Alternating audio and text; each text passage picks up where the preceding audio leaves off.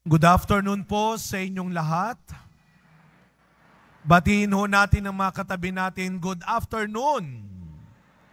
Ngayon po ay ang huling Biyernes sa panahon ng Kwaresma at tayo ay nagkakatipon bilang mga mangingibig at tagasunod ng ating Pong Jesus Nazareno. Bigyan natin siya ng papurit, pasasalamat sa araw na ito sa lahat ng kanyang kabutihan. Mas malakas sa palakpak para sa ating Pong Jesus Nazareno. Pero wag natin kalilimutan, Biyernes ngayon, pinakaulit-ulit ko pa, Biyernes pa rin ng Kwaresma, araw ng abstinence. Baka ho kayo ay nakalimot at naglimot-limutan. Walang karne, walang baboy. Naku naman, konting tiis na lang konti na lang, isang linggo na lang. Ngayon ay day of abstinence. Pero wag kalilimutan, next Friday, Good Friday. Ano yon? Fasting. One full meal. Pipili lang tayo ng isang almusal ba, tanghalian ba, hapunan ba? Pumili ka lang doon. Konting tiis at sakripisyo naman. One full meal. Pero ulitin ko, wag madaya. Baka yung one full meal ninyo, good for 3 days naman. Baka naman sangkaterba yung laman ng inyong plato. Tiis-tiis lang, yung tamang mabubuhay ka pa ng isang araw kahit yun lang ang kinain mo.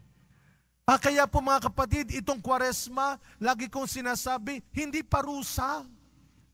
Para bang, ay salamat matatapos na, namiss ko na ang soft drinks.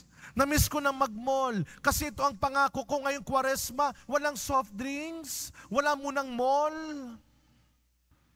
Hindi ho parusa ang Kwaresma. Biyaya ang Kwaresma. Amen? At sana yung ginawa nating prayer, fasting, almsgiving, sana mga kapatid, wag nating gawing bahagi lang ng tradisyon yan. Na pagkatapos ng Kwaresma, wala ka na namang oras magdasal. Wala ka na namang pasensyang magtiis. At madamot ka na naman. Sana wag nating gawin itong tradisyon, gawin natin itong debosyon. Matatapos na ang Kwaresma. Nakapagkumpisal ka na ba? Balak mo bang magbisita iglesia? Gusto mo pa rin bang gumawa ng kawang-gawa? O baka naman nakapag-book ka na para sa long weekend next week? Baka naman may plano na kayong magbakasyon. Kaya nga may lumapit sa akin, sabi niya, Father, ano kayang magandang gawin sa Holy Week? Wow, ako pa talaga tinanong mo. Ano sa tingin mong isasagot ko sa'yo? May maganda po akong natutunang sagot diyan. Kahapon, naimbitahan ako ng kaklase ko sa Kabanatuan. Sa College of Immaculate Conception, nagbigay ako ng recollection sa mga teachers. Nung papunta pa lang doon sa eskwelahan, Bulacan dumaan kami ng Bulacan, no? Tapos nung malapit na, sa Gapan na yata yun, ang daming karatula. Pagdiriwang ng Kwaresma at Semana Santa. Kasi ang bilis ng sasakyan namin, hindi ko mabasa. Sabi ko, sino kayang pari? Kasi may lalaking nakapicture. Sino kayang pari yun? Nung pauwi na, tama-tama, medyo matraffic, nakita ko, kala ko pare, politiko pala, pagbati mula sa inyong mayor. Ang ganda nga nung nakasulat Ngayong mahal na araw, magnilay at magpasalamat. Magnilay at magpasalamat. Yan ang sagot.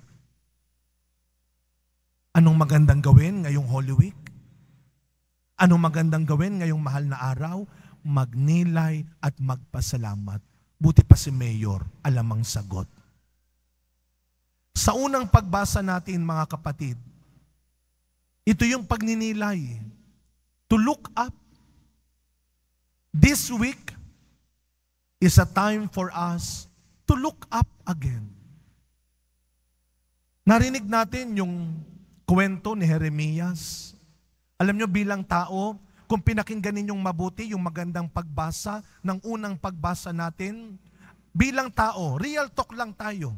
Hindi lang tayo maaawa kay Jeremias eh. Hindi lang tayo malulungkot kay Jeremias. Yung totoo. Manggigigil ka rin, magagalit ka rin. Hindi lang doon sa mga kaaway ni Jeremias.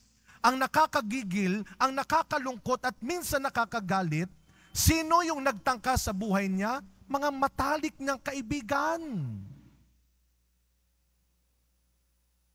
Sino yung mga nagplano ng masama sa kanya?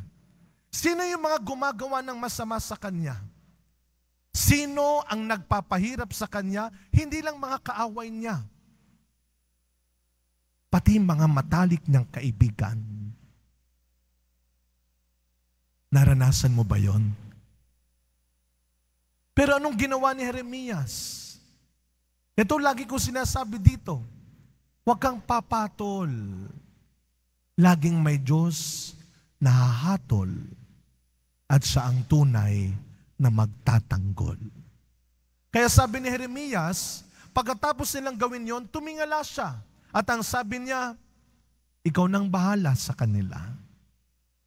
Alam kong mapapahiya mo sila. Babagsak sila. Pero ang maganda, hindi niya hinayaang sirain nila ang kabutihan ng kalooban niya. Mga kapatid, marahil naaalala ninyo yung mga pagkakataon na tumahimik ka na lang, na hindi ka na lang kumibo, na hindi mo na lang sila pinansin, at hindi mo sila pinatulan. Nandito ka pa dahil hindi ka nila natalo at nasira. Dahil ang Diyos ang lumaban para sa iyo.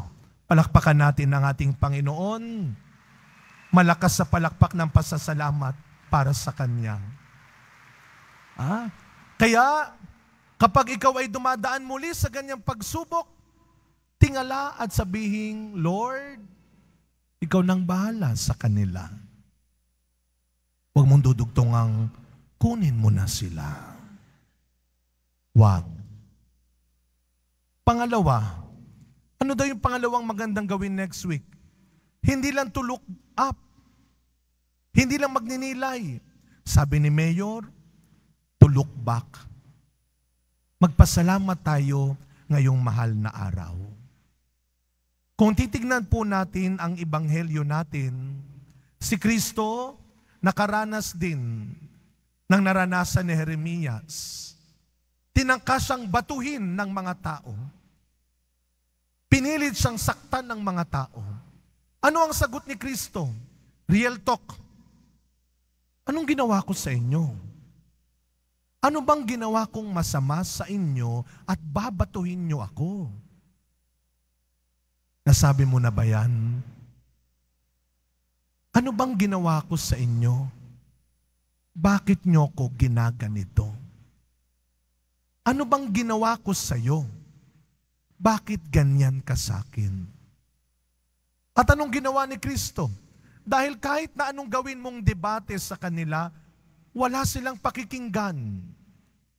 Kaya ikaw rin ang magliligtas sa sarili mo. What you can do, it is your power.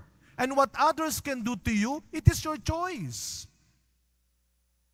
Kung alam mo na lagi ka na lang nagkakasala, nagkakamali, nahihirapan, bakit nandun ka pa rin? Kaya anong ginawa ni Kristo? Nung tatangkain siyang batuhin ulit, anong ginawa niya? Umalis siya. At bumalik sa kabilang ibayo kung saan siya nagsimula. Bago kami maging pare, hindi ko makakalimutan yung aming formator, teacher. Nag-retreat kami. Sabi niya, pag naging pari kayo, at hindi ka na nakakakain ng malamig na kanin at inulit na ulam, kapag naging pari kayo, at hindi ka na nakakatulog ng hindi aircon at ng hindi kutsyon, Umuwi kayo ng bahay nyo para malaman nyo kung saan kayo nagsimula.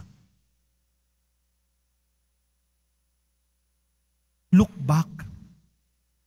Balikan natin kung saan tayo nagsimula. Kung ano yung mabubuti, magaganda, mga tamang bagay na meron ka noon bago ka naging ganyan. Kaya nga biyaya ang Kwaresma. Sapagkat ngayong Kwaresma, ibinabalik ulit ng Diyos sa atin ang tunay na tayo. Nagkamali, pero hindi ka masamang tao. Ginawa ka ng Diyos na mabuti. Sa pagkapatuloy na misa natin, mga kapatid, dalawang bagay ang wag nating hahayaang matapos, hindi lang ngayong mahal na araw.